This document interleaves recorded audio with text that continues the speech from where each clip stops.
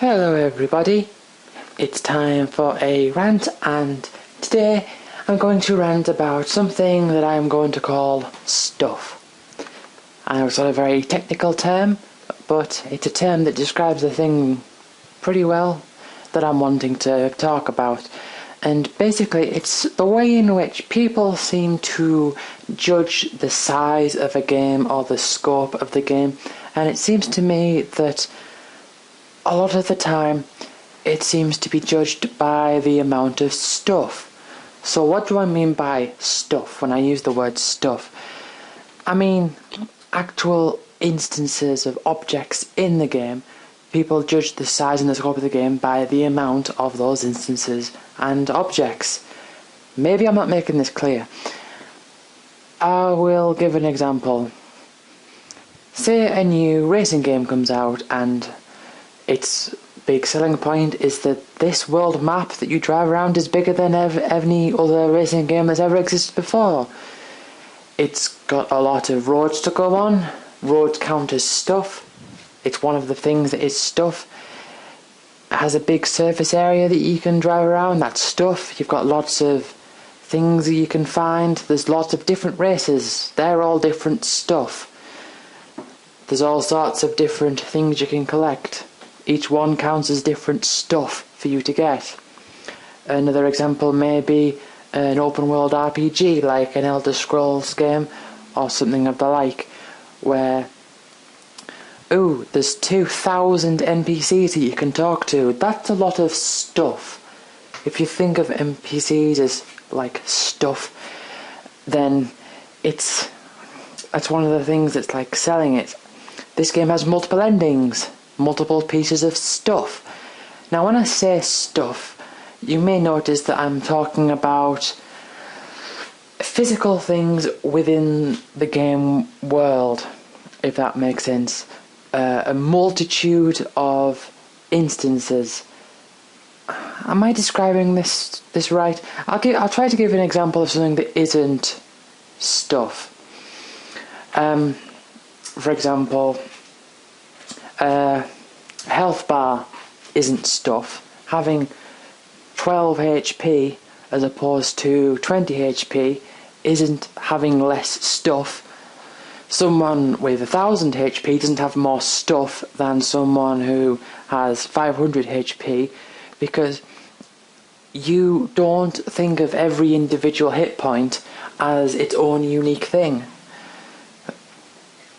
For example, if you were to get attacked by an enemy and it deals 20 damage from you, but this attack was special so that your third hit point switched with your 14th hit point, so that your third hit point got removed before your 14th hit point did.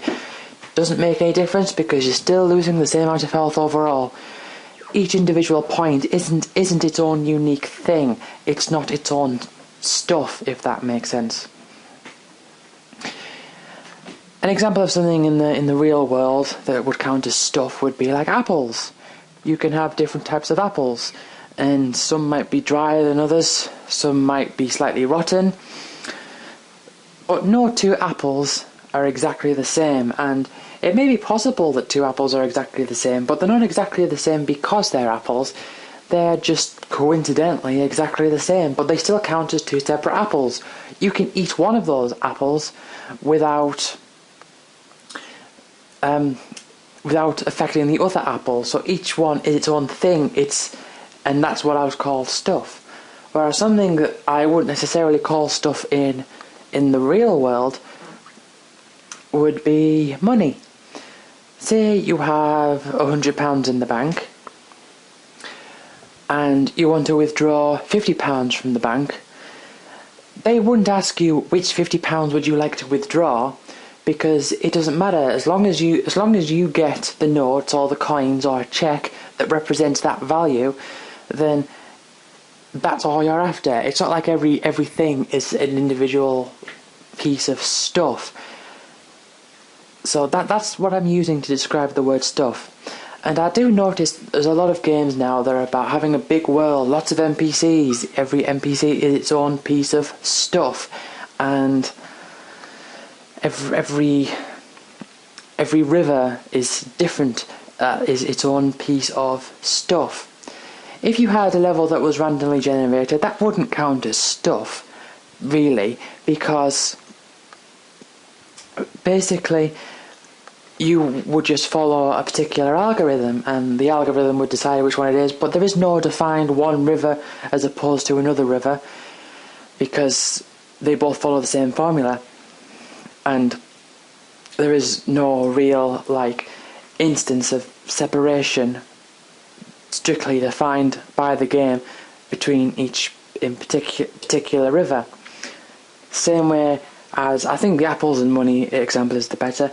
You can have several apples and you can pick an apple because some might have different qualities over another apple.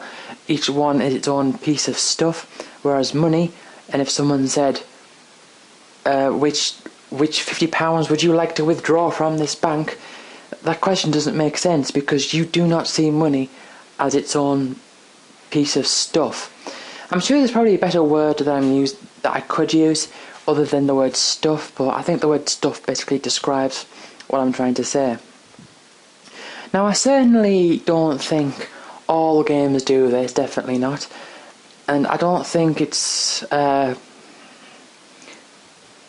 necessarily a bad thing to use this, but I've just noticed that a lot of games do use this, and people seem to use this to quantify the scope of a game purely using this method, when I don't think this method is really the right way to go about it, at least not in its purest form, because whilst a game might have a lot of stuff, it might not have much depth, and yeah, you might have games with lots of stuff and lots of depth. I think fighting games are a good example of games that don't actually rely on stuff. This thing that I'm calling stuff. And I'm not going to claim this for definite because I'm not too familiar. Maybe someone could give me an example where they do try to use this idea of stuff that I'm talking about. But usually, it seems to me as though a fighting game has a set amount of characters, and people aren't after a huge amount of characters. They want fewer well-balanced characters, but still want a decent amount of range of characters to select from. I hope I'm making sense here. Whereas a lot of games are advertised as having a huge immersive world, lots of different hills you can climb, lots of different trees that you can walk past, and trees in a game like, say, Oblivion, every tree does count as its own piece of stuff, kind of, because everyone is set in a particular position. It has its own unique features in the sense that each tree is in its own place. No two trees share exactly the same position. It's not a great example, but it is an example of the type of thing I'm talking about. Borderlands was advertised of having a bajillion guns or whatever it was.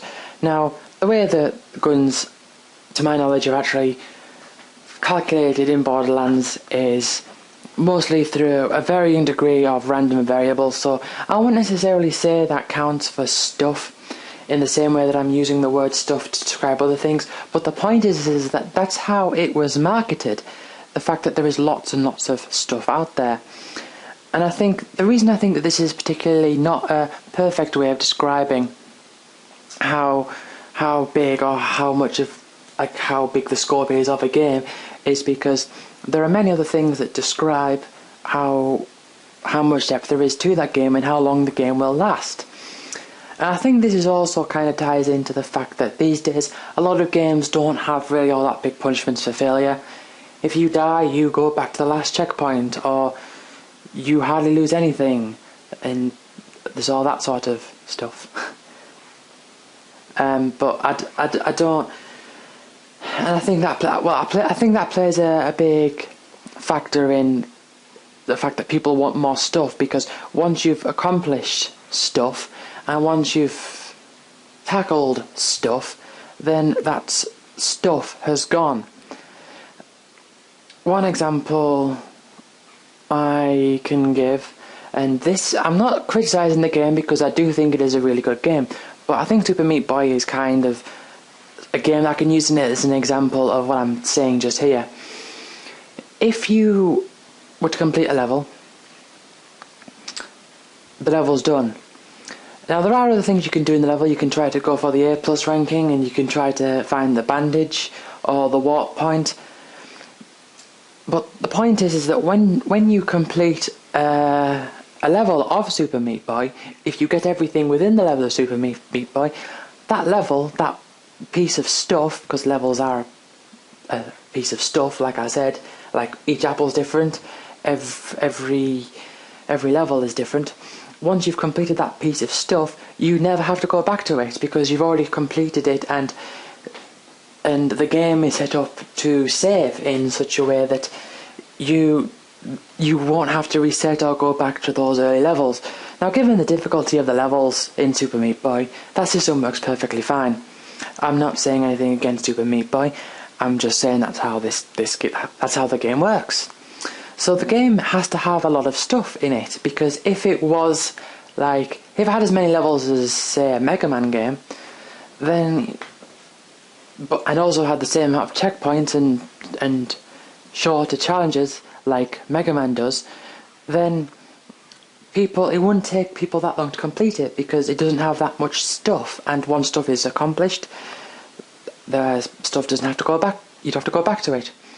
But I mean, maybe Mega Man isn't such a good idea because you can use passwords, but let's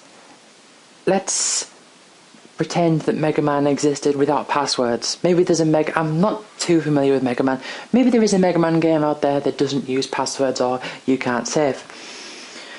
Then it would be different in that it doesn't really matter that there's as much stuff, because every time you play through the game you get better, and you learn the skills and you learn the levels as to be able to get better at the game. And when you play through the game more, you learn more about which weapons are better against which bosses, and you also learn about the correct order, or the best order to do the bosses in. And if the game has a shop, which I know 9 and 10 do, I don't know about the earlier ones, but if the game has like a shop like those do, then you'd learn more about what's more effective to buy. And you don't really mind as much the fact that there isn't that much stuff in terms of levels, because you have to repeat them, and the game isn't about getting through the stuff. It's about adapting to the game and learning the game and finding your way through of being able to complete it. Of course, I'm using an example if a Mega Man game didn't have a password system, but I think you get the idea. And whilst I think that that's a perfectly fine model, and I also think that the model of having a lot of stuff is a perfectly fine model, I don't like how a lot of people these days seem to just judge the size of a game based on that element of stuff. I think it is possible to use a system, and in many cases it's probably better to use a system that relies more on learning about the things that are in the world and learning better ways of how to use the things that are in the world, rather than just the sheer quantity of stuff, rather than just having a huge world, or thousands of side quests, or 2,000 cars that you can pick, or a bajillion weapons, or just having lots and lots of things in the game. We can do it in such a way that it's about learning and adapting to different pieces of stuff and doing more with the pieces of stuff that we've got, rather than just having more of them. Now, like I said, I don't think that having more and more stuff is necessarily a bad thing.